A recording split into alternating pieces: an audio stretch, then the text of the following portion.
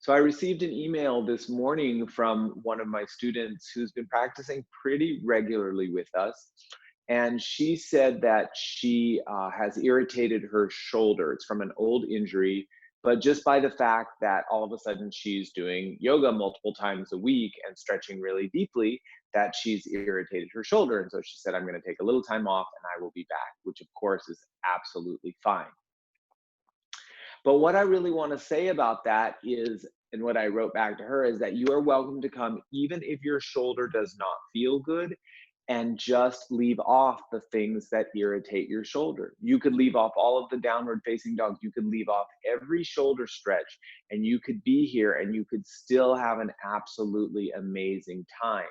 And what happens is we very often get wrapped up in the notion that by doing the poses, by doing everything, being able to do everything, being able to excel at what I'm doing in the poses, that's how I'm creating my value in yoga. And I really want to take that notion and turn it on its head, because it's not about what you can do, it's about how you bring yourself to what you're doing. So I said to her, you could stand up in every pose that doesn't feel good to you, or you could sit down and go into a meditation, take long, deep breaths, and you could have an amazing practice. And I want to say that to all of you out there, whoever you are, whatever is going on for you, you can modify everything in a way that you're absolutely on track for your enlightenment, regardless of whether your body is following along and up to speed in that moment.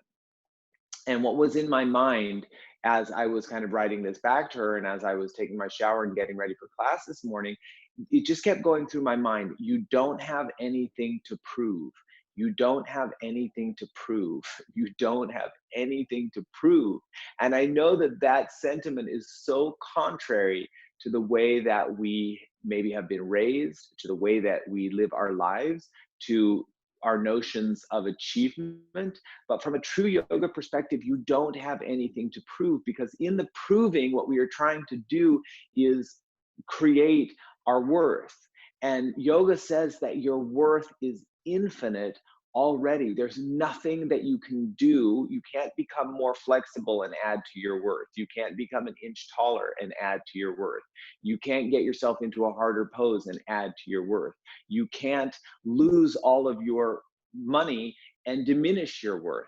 You can't even die and diminish your worth, because your worth is infinite and eternal.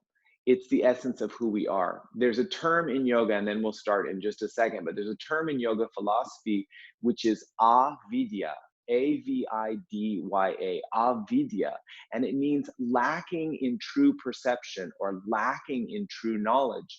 And the yogis said that avidya is really at the root of all of our suffering, the fact that we don't truly perceive who we are.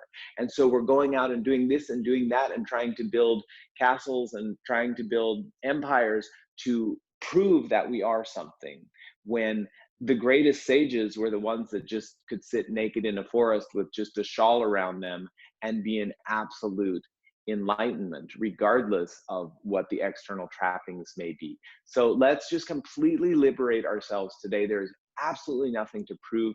The whole journey is just to experience that which you already are. Okay?